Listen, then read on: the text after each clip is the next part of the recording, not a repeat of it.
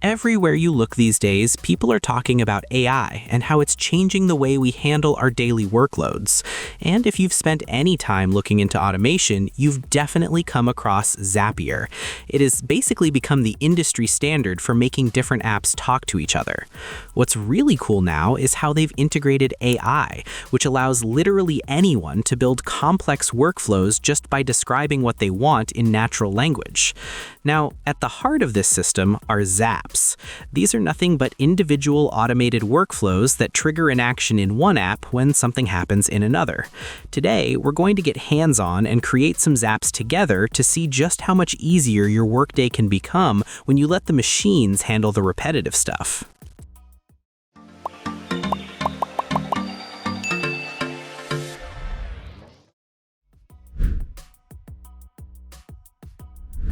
Getting started with Zapier is actually pretty straightforward, since the platform is designed to be user-friendly right from the jump.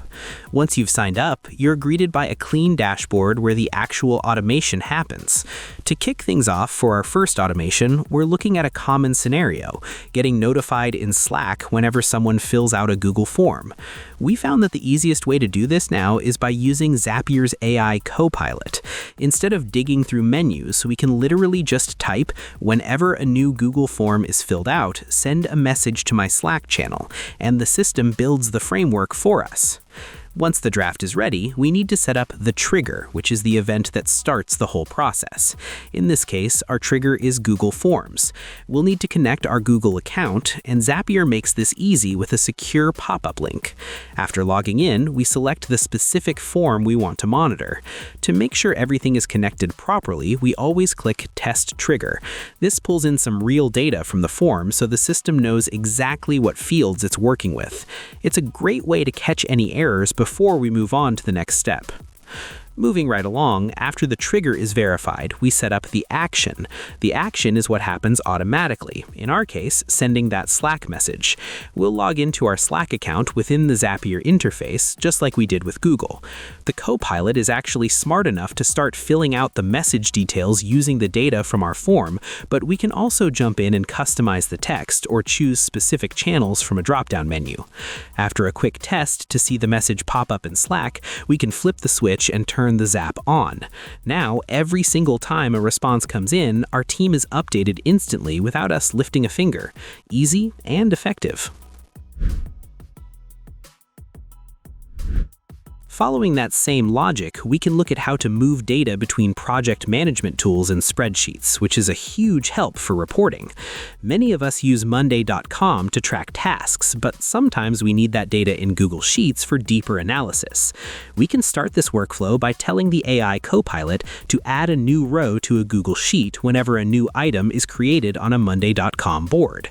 The setup for the trigger starts with connecting Monday.com, but this one is a bit more technical as it requires an API key. We found that you can grab this by heading to the developer section in your Monday.com profile settings. Once we paste that API token into Zapier, we're good to go. We then select the specific board ID we want to track and run a test to pull in a sample item. It's really satisfying to see the data points appear in the Zapier interface, showing us that the bridge between the two apps is solid. With the trigger side finished, we move to the action side, where we connect our Google Sheets account. We just need to point Zapier to the specific spreadsheet and worksheet where we want the data to land. The beauty of this step is how we can map the data. We decide which column in Google Sheets corresponds to which piece of information from our Monday.com board, like the task name, the person assigned, or the due date. If we get stuck, we can just ask the Copilot to fill in the gaps for us. After we run a test and see a fresh row appear in our spreadsheet automatically, we know it's working perfectly. This saves so much time compared to manual data entry at the end of every week and ensures our records are always up to date in real time. Now, another big hurdle for many of us is managing schedules, especially when meeting dates are buried inside an Excel spreadsheet. We can solve this by creating a Zap that turns Excel rows into Google Calendar events. Just like before, we start by describing this goal to the AI. The trigger here is Excel, and specifically, the event is New Row. When we set this up, we'll log into our Microsoft account and select the exact workbook and worksheet we're using for our planning. After we test the trigger to make sure Zapier can read our spreadsheet rows, we move on to the Google Calendar action. We'll need to link our Google account and then start the configuration. This is where we tell Zapier which column in our Excel file has the event title and which columns have the start and end times. The Copilot usually does a great job of guessing these, but we can manually tweak the details to include descriptions or locations if we have them in our sheet. Testing this step is the most rewarding part because we can actually see a new event pop up on our calendar immediately. It completely removes the need for double entry and ensures our records are always up to date in real time.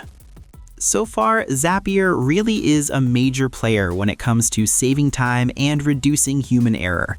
The new AI features make it accessible even if you aren't a tech expert. If you're tired of jumping between apps and doing the same tasks over and over, you should definitely give it a try. Head over to the description below and try Zapier today to start building your first Zap. Share your experience in the comments below. Thanks for watching.